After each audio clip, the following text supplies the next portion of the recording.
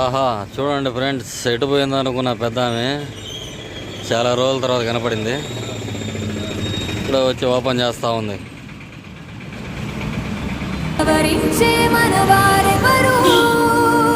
కళమారుతున్న జీవితం కలతలోకి జారెనా, కలలు గన్న కనులకు నీటి చెమ్మ తగిలెనా, వెలుతురైన ప్రతిదినం చూపుతోంద వేదన, అందమైన బతుకున అలజడి చలరేగనా.